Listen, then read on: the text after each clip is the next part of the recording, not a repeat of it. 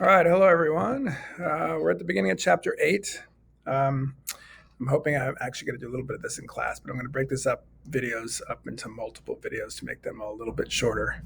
But chapter 8 is actually dealing with confidence intervals. Some of you may have seen confidence intervals before. There were a lot of confidence intervals floating around during the presidential election where someone takes a sample from a population, asks them a question: who are you going to vote for? And then uses that information to make a judgment guess about the rest of the population. So you typically hear something, let's say we sample 1,000 people, and let's say 40% we're going to vote for Biden. And then we see this little confidence interval, like 35 to 45% is our guess. So we give this little interval. So we're going to talk in this chapter about where that guess comes from, where that interval comes from, why we don't just say it's 40, and why we give it an interval. So we're going to kind of work up to this.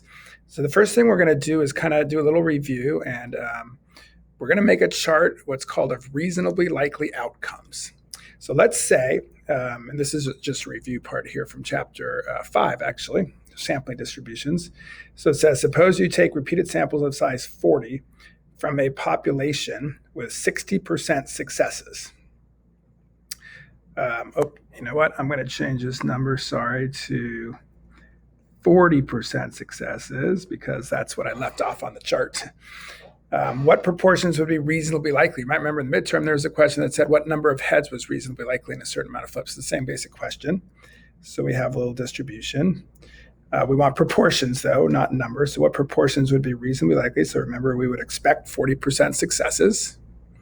We would then have a standard deviation of square root of PQ over N, 0.4 times 0.46 over 40. And we want which proportions are reasonably likely, which means 2.5% here and 2.5% here. So I'm going to do an inverse norm of 0.025 with a mean of 0.4, and that is my standard deviation. I've already done this work, just so you know, it's 0.248. About 25% is the low end for reasonably likely. And then if I do an inverse norm of 0.975 with 0.4, and this is actually at 0.552. So that means if I take a sample of size 40, I would reasonably likely expect somewhere between 24.8% and 55.2% successes. Pretty wide range. Sometimes we think that's too wide. We'll talk about how to narrow that down. So what we're going to do is we're going to go backwards. So this was the old chapter, right, where we knew the population. So now we're going to try to look at what's going to happen if we don't know the population and we take a sample. All right, so before we do that, what we do is this. I'm going to put these numbers in the chart. So remember that 24.8, 55.2. I'm going to show you this little chart that you have. This is called a chart of reasonably likely, hang on to that for a second, reasonably likely outcomes. So we could have done that last problem for any proportion of successes in the population, right? The one I did was 40% here. That's why I left this blank. You see nothing filled in here. All right, so I'm going to fill in what we did there. And what we got was 24.8, so about 25% to about 55% or so. So there's the one we just did. Those are the reasonably likely outcomes. Okay.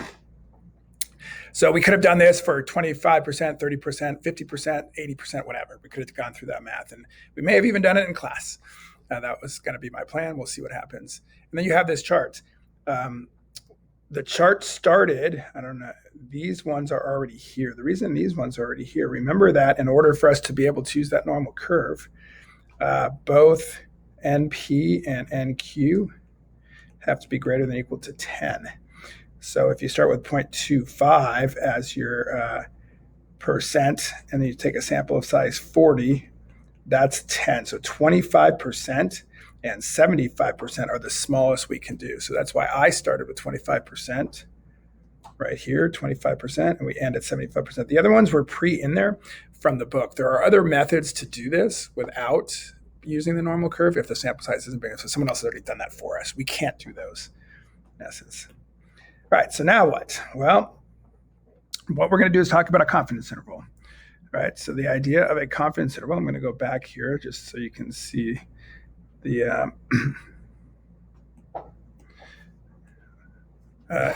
definition of a 95% confidence interval. So we're actually going to have different levels of confidence. So right now we're doing 95 because we're using reasonably likely. So here's what a 95% confidence level means and confidence interval means.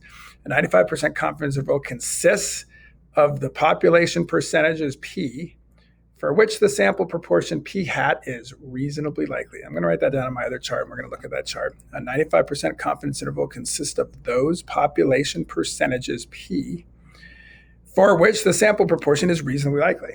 And here's what that means. Go back here. Let's say I go out, I want to figure out how many people are going to vote for someone. So I go out and I take a sample and I get P hat equals 0.3. So I get 30%. So now I want to build this confidence interval of 30%. So what that means is, let me show you this again. Same wording right there. A 95% confidence interval consists of all P for which P hat was reasonably likely. So in other words, I got 30%. If the population proportion was 30%, that would be a question. If it was, would it be reasonably likely to get 30%? Of course. But look, if the population proportion was 80% of the population, it's probably not, it's not reasonably likely to get 30%. If I look at, for instance, 80, let's go 70%. See this row right here, 70%, right? If the population proportion was 70%, 30% would not have been reasonably likely. Could we have got a sample of size 30? Yeah, but it's not reasonably likely. So what we're going to do is build this confidence interval, and we're going to say this. We're going to say, well, we're going to look at this screen the other way. So I got 30%. So see this blue line here? I'm going to start a blue line. I'm going to draw this blue line up here. And now I'm going to say, well, look, if I got 30%, was it reasonably likely that the population proportion was 20% in the first place? And the answer to that question is yes, because if the population proportion is 20%, a sample of size 40, and I got 30% successes, that's reasonably likely. So notice it's reasonably likely, we'll kind of call it that one right on the edge. It's also reasonably likely here, here, here, here, and maybe here.